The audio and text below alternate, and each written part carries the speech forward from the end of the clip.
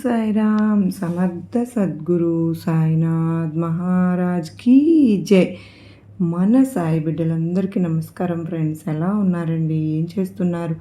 అందరూ కూడా సుఖంగా సంతోషంగా ఎప్పుడు కూడా అష్టైశ్వర్య ఆయురారోగ్యాలతో ఉండాలి అని చెప్పి మనస్ఫూర్తిగా బాబావారిని కోరుకుంటూ మీ అందరి తరపున ఆ సాయినాథుని దయవలన ప్రతి సాయి బిడ్డ కూడా తన జీవితంలో సంతోషంగా జీవించాలని నేను కూడా మనస్ఫూర్తిగా కోరుకుంటూ ఈ వీడియోని అయితే స్టార్ట్ చేస్తూ ఉన్నాను. ఈరోజు సందేశంలో సాయినాథుడు తన బిడ్డలతో ఈ విధంగా చెప్తూ ఉన్నారు.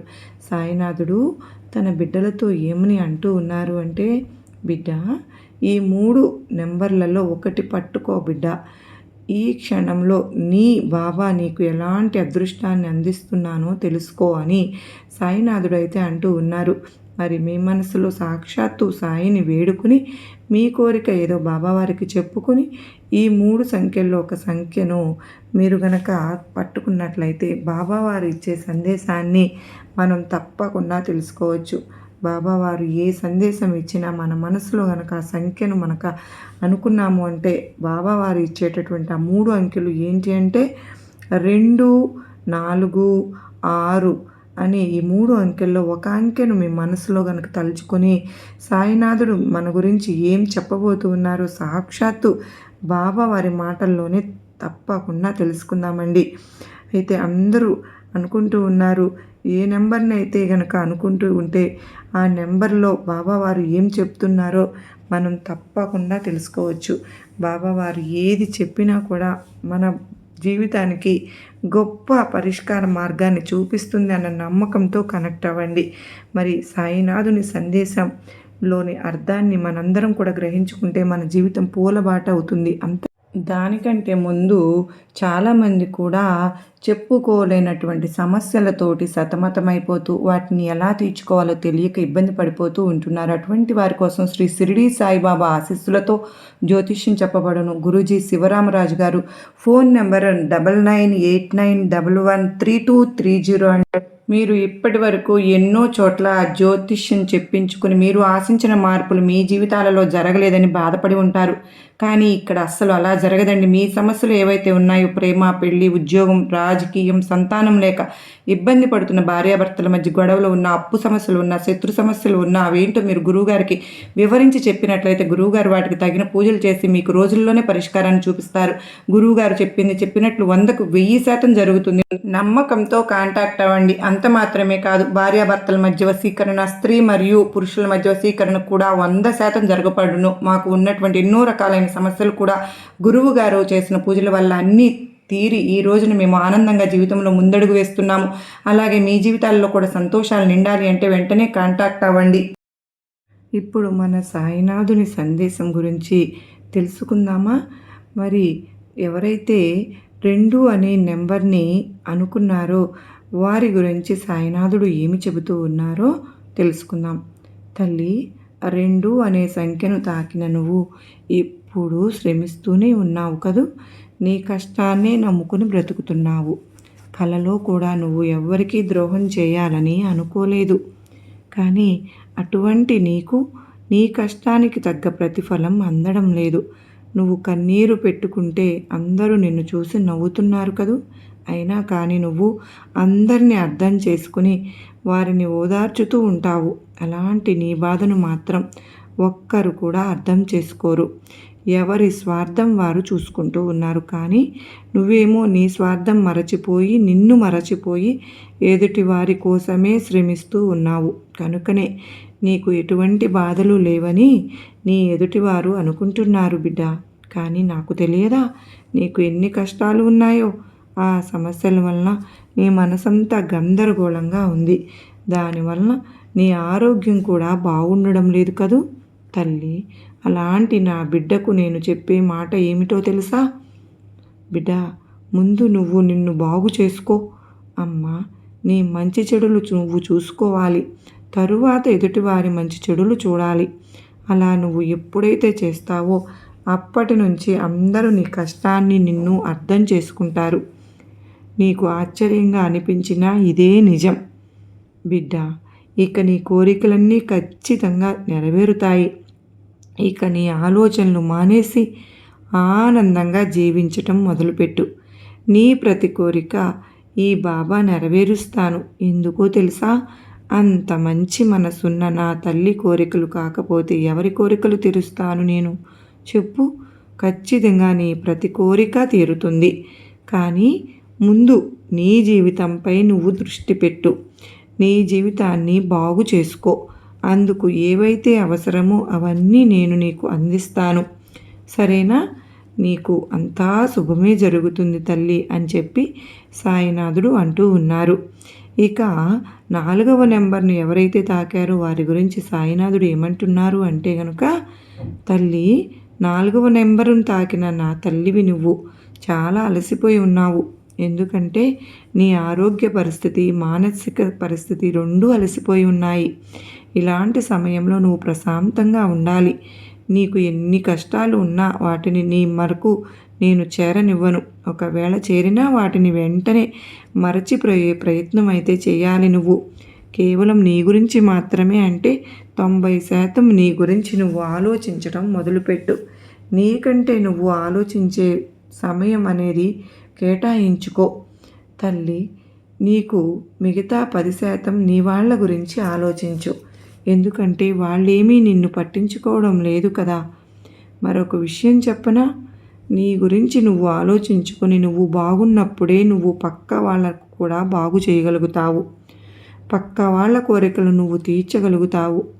వారి ఆశలను నెరవేర్చగలవు. అంటే ముందు నువ్వు బాగుండాలిగా. శ్రద్ధగా ఆలోచించు. కనుకనే అలసిపోయిన నీ మనసుకు, అలసిన నీ శరీరానికి కొంచెం విశ్రాంతి ఇవ్వు. అంతా సర్దుకుంటుందిలే. ఇక నువ్వు దేని గురించి ఆలోచించవద్దు. అంతా నీకు అనుకూలంగానే జరుగుతుంది. నీ కోరికలన్నీ నెరవేరుతాయి. చిన్న చిన్న విషయాలకే కంగారు పడకు. మనసును ప్రశాంతంగా ఉంచుకోవాలి. అన్నీ సవ్యంగానే జరుగుతాయి. నువ్వు కోరింది జరగడానికి కొంచెం సమయం అనేది పడుతుంది. అప్పటి వరకు ఓపికగా ఉండు. కానీ తప్పకుండా నీ కోరికలు నేను తీరుస్తాను.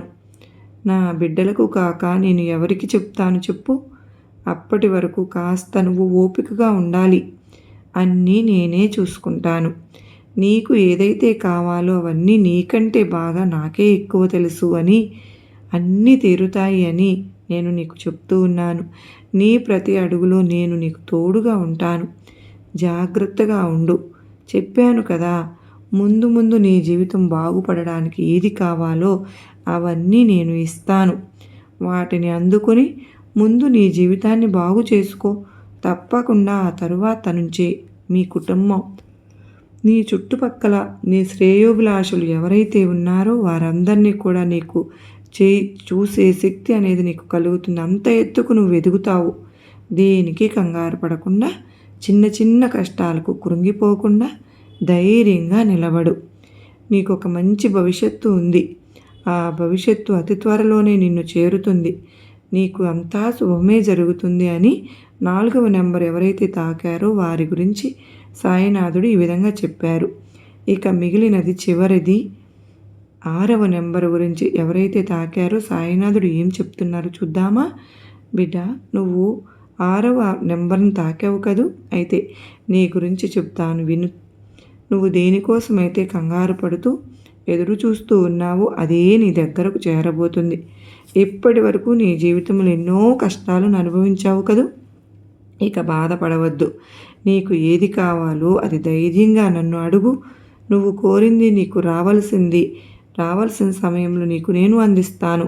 దాంట్లో ఎటువంటి సందేహము వద్దు. చెప్పాను కదా, నువ్వు ఇప్పటి వరకు దేనికోసమైతే ఎదురు చూస్తూ కంగారు పడుతూ ఉన్నావో, ఏదైతే నీ దగ్గరకు రాదు అనుకుంటూ ఉన్నావో అది తప్పకుండా వస్తుంది. తప్పకుండా నువ్వు చాలా సంతోషపడతావు. అవును, ఇప్పటి వరకు నువ్వు నీ జీవితంలో ఎంతోమందిని నమ్మి మోసపోయావు కూడా. ఇకనైనా కళ్ళు తెరిచి చూడు.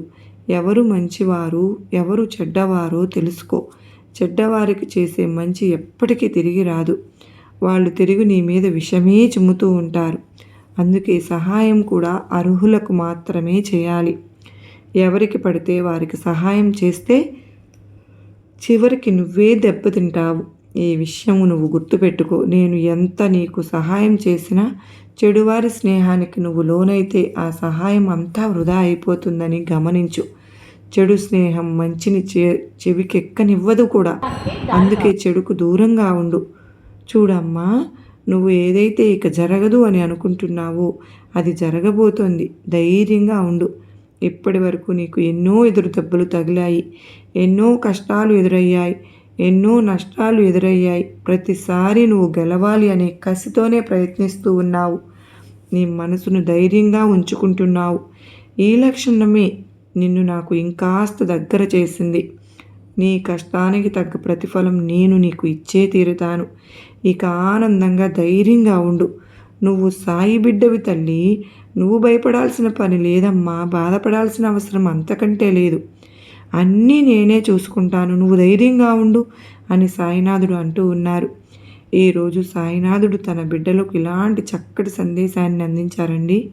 వాళ్ళ మనసులో వాళ్ళు ఏదైతే కోరుకున్నారో, ఏ నెంబర్ అయితే తాకారో వారిని ఉద్దేశించి సాయినాథుడు ఈ విధంగా చెప్పారు కదా. సాయినాథుడు ఏది చెప్పినా మన కోసమే కదా. అలాగే సాయినాథుడు ఎవరి గురించి ఏ మాట పలికిచ్చినా సరే సాయినాథుని ఆజ్ఞ లేనిదే ఆ మాట వస్తుందా? మంచో చెడో సాయినాథుని గురించి చెబుతూ ఉన్నప్పుడు కాస్త వినండి. ఆ సాయినాథుడు ఏమి చెబుతున్నారో ఆలకించండి. దానిలో మీకు సంబంధించిన విషయం కానీ ఉన్నట్లు మీకు అనిపిస్తే మాత్రం ఖచ్చితంగా దాన్ని ఆచరించి తీరండి. మీకు తప్పకుండా శుభమే జరుగుతుంది. మీరు అనుకున్న ప్రతి విషయంలో విజయం సాధిస్తారు. ఇందులో ఎటువంటి సందేహము లేదు. మరొక విషయం, వీలైనంత వరకు సాయినాథుడు భక్తుడు రోజు బాబావారిని దర్శించుకోవడానికైతే ప్రయత్నం చేయండి. సాయినాథుని సన్నిధికి వెళ్ళడానికి ప్రయత్నం చేయండి. అది మానసిక సంతోషం ఎంత బాగుంటుందంటే మీ కష్టాలన్నీ మరచిపోయి సాయినాథుని సన్నిధిలో ఉన్నారు అంటే మీరు మనశ్శాంతిగా ఉంటారు. బయటకు వచ్చిన తరువాత మనకు సమస్యలు కొన్ని ఎన్నో సవాళ్ళు ఎదురవుతూ ఉంటాయి. అది ఎట్లాగూ తప్పదు. అది ఎలాగే ఉంటుంది. కానీ దయచేసి వీలైనంత వరకు సాయినాథుని సన్నిధికి వెళ్ళి సాయినాథుని దర్శించుకోవడానికి ప్రయత్నం చేద్దాం. ఇది సాటి సాయి భక్తునిగా నేను ప్రతి ఒక్క సాయి బిడ్డకు చెప్పాలనుకుంటున్న విషయం. ఈరోజు సాయినాథుని ఆశీస్సులు మనందరము ఫీల్ అయినంత వరకు కూడా ఆ సందేశాన్ని ఎంత ఎక్కువ మందికి కనుక మనం షేర్ చేయగలిగితే అంత ఎక్కువ మందికి షేర్ చేయండి. వీడియో మీకు నచ్చిందా? తప్పకుండా మీరు ప్రతి ఒక్కరూ కూడా చూసి వెళ్ళే వాళ్ళందరూ వీడియోకి చిన్న లైక్ అయితే ఇవ్వండి ఫ్రెండ్స్. మీరందరూ కూడా మన ఛానల్ని మొదటిసారిగా చూస్తూ ఉంటే కనుక సబ్స్క్రైబ్ చేసుకుని మీరు నాకు సపోర్ట్ అందించండి. సాయినాథుని సందేశంలో ఉన్న అర్థాన్ని ప్రతి ఒక్కరికి కూడా చేయగలగటమే గొప్ప సేవ. బాబావారు మన కోసం ఏది చెప్పినా కూడా మన జీవితానికి పూల బాటలాగా మారుతుందని మీ అందరికీ తెలిసిన విషయమే. మరి బాబావారు మన కోసం ఇంతటి అనుగ్రహాన్ని ప్రసాదిస్తూ ఉన్నప్పుడు బాబావారి బాటలో మనం నడుస్తూ ఉంటే ఇలా సాయినాథుడు ఎప్పుడు సంతోషాన్ని ప్రసాదిస్తూనే ఉన్నారు. శిక్షలు అనేవి పడకుండా సంతోషంగా ఉంచుతూనే ఉన్నారు. బాబా నన్ను మాత్రం వారితో ప్రతిరోజు నరక యాతనలు పెట్టేలాగా ఉన్నా కూడా రక్షిస్తూ ఉన్నారు. బాబా చూస్తూ సమాధానం ఇస్తూ ఉన్నారు. మౌనంగా ఉన్నా కూడా ప్రతిరోజు బాధపడుతూ నువ్వు నా వద్ద కన్నీరు కారుస్తూ ఉన్నావు కదా తల్లి. నేను అన్నీ తెలియపరిచాను కదా. వారేంటో వారి స్వభావం అందరి గురించి నీకు తెలియచేశాను. ప్రతి ఒక్క సూచనను నీకు అందిస్తూనే ఉన్నాను. నువ్వే పట్టుబట్టి మరి బాబా నాకు బంధం కావాలి అని అడిగితేనే కదా ఏ బంధంతో అయినా సరే నీకు ముడిపడితే అసలు ఈ భూమిపై లేకుండా నీ వద్దకే వస్తున్నాను తండ్రి అంటూ ఉన్న సమయంలో ఆ రోజు నాపై ఒట్టు పెట్టుకున్నావు గుర్తులేదా తల్లి? మరి నీకు నువ్వుగా తెచ్చుకున్నటువంటి నీ బంధాలను నువ్వే కదా అనుభవించాలి. మరి అటువంటప్పుడు నీకు తెలియదా?